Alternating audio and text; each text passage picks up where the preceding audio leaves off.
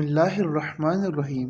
السلام علیکم دوستو۔ اللہ تعالیٰ نے جب بھی کسی نبی کو معبود فرمایا اور انسان کو اس کے سچا ہونے کی خبر دینی چاہے تو اس نبی کے ذریعے کوئی معقول عادت نشانی ظاہر کی جو انسانی قدرت سے بالاتر ہوتی تھی۔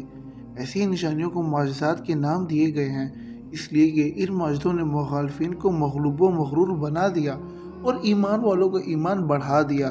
حضور نبی کریم صلی اللہ علیہ وآلہ وسلم سے بے شمار معجزات کا ظہور ہوا جو صحیح روایت سے ثابت ہے۔ یہاں ان میں بعض کا ذکر کیا جاتا ہے تاکہ مومنوں کو ایمان میں اضافہ ہو اور آپ صلی اللہ علیہ وسلم کی محبت ہمارے دلوں میں بس جائے۔ امام بخاری رحمۃ اللہ علیہ نے عدی بن حاتم رضی اللہ عنہ سے روایت کی ہے، ہم لوگ رسول صلی اللہ علیہ وسلم کے پاس بیٹھے تھے کہ آپ صلی اللہ علیہ وسلم کے پاس ایک آدمی آیا جس نے بھوک کی شکایت کی، ایک دوسرا آدمی آیا جس نے راہ زنی کی شکایت کی۔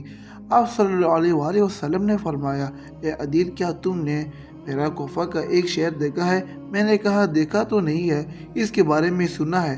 آپ صلی اللہ علیہ وآلہ وسلم نے فرمایا، اگر تم زندہ رہے تو دیکھو گے کہ ایک عورت حرت سے سفر کر کے آئے گی اور خانہ کعبہ کا طواف کرے گی اور اللہ تعالیٰ کے سوا کسی سے نہیں ڈرے گی، اور اگر تمہاری زندگی نے پاوری کی تو دوسری خزانوں پر غالب آ۔ میں نے کہا، طبیب کثری بن حریر کے خزانے؟ آپ صلی اللہ علیہ وسلم نے فرمایا، ہاں، کثری بن ہارون اس کے خزانے، اور اے عدیل، اگر تمہارے لمبی عمر ملی تو دیکھو گے کہ ایک آدمی مٹی بھر سونا یا چاندی بطور صدقہ نکالے گا اور کسی کو دینے کے لیے ڈھونڈنا پھرے گا، لیکن اسے کوئی ایسا آدمی نہیں ملے گا۔ حضرت علی رضی اللہ تعالیٰ عنہ کہتے ہیں، عورت کو ہیرا سے سفر کر کے کعبہ کا طواف کرتے دیکھا اور وہ اللہ کے سوا کسی سے نہیں ڈرتی تھی، اور میں ان لوگوں میں سے تھا جنہوں نے کثری کے خزانوں پر قبضہ کیا۔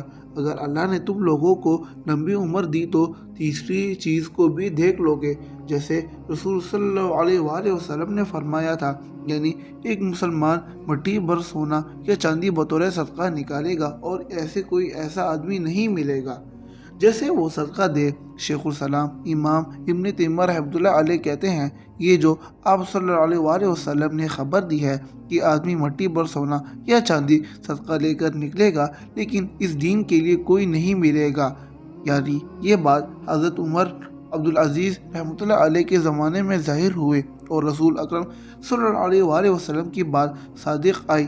امام بخاری رحمۃ اللہ علیہ نے حضرت ابو ہریرہ رضی اللہ عنہ سے روایت کی ہے کہ نبی کریم صلی اللہ علیہ وآلہ وسلم نے فرمایا، قیامت اس وقت تک نہیں آئے گی کہ جب تک سرزمین حجاز سے ایک آگ نہ نکلے جو بصرہ میں موجود اونٹوں کی گردنوں کو روشن کر دے گی۔ یہ آگ 3 جمادی الثانی بدھ کی رات میں نماز عشاء کے بعد سن 654 ہجری میں ظاہر ہوئی اور جمعہ کے دن چاشت کے وقت تک باقی رہی، پھر دی بڑھ گئی، بس جیسا کہ ابن حجر رحمۃ اللہ علیہ نے فتح الباری میں قرطبی رحمۃ اللہ علیہ کی کتاب التذکرہ کے حوالے سے نقل کیا ہے۔ ایسے تمام لوگوں نے دیکھا اور دیکھا کہ اس نے بصرہ کی اونٹوں کی گردنوں کو روشن کر دیا۔ یہ آگ پتھروں کو جلا دیتی تھی اور گوشت کو پکا دیتی تھی۔ بنی عامر کا ایک آدمی نبی کریم صلی اللہ علیہ وآلہ وسلم کے پاس آیا اور کہا، اے اللہ کے رسول، مجھے وہ مہر نبوت دکھا لے جو آپ کے دونوں مونڈوں کے درمیان ہے، میں بہت بڑا طبیب ہوں۔ رسول صلی اللہ علیہ وآلہ وسلم نے فرمایا، کیا میں تم کو ایک نشانی دکھاؤں؟ اس نے کہا، ہاں۔ آپ صلی اللہ علیہ وآلہ وسلم نے کھجور کے ایک درخت کی طرف دیکھا۔ اس آدمی نے کہا، اس درخت کو بلاؤ۔ اس نے اسے بلایا، وہ اچھلتا ہوا آ کر آپ صلی اللہ علیہ وآلہ وسلم کے سامنے کھڑا ہو گیا۔ رسول اکرم صلی اللہ علیہ وآلہ وسلم نے درخت سے کہا، واپس چلے جاؤ۔ وہ اپنی جگہ واپس چلا گیا۔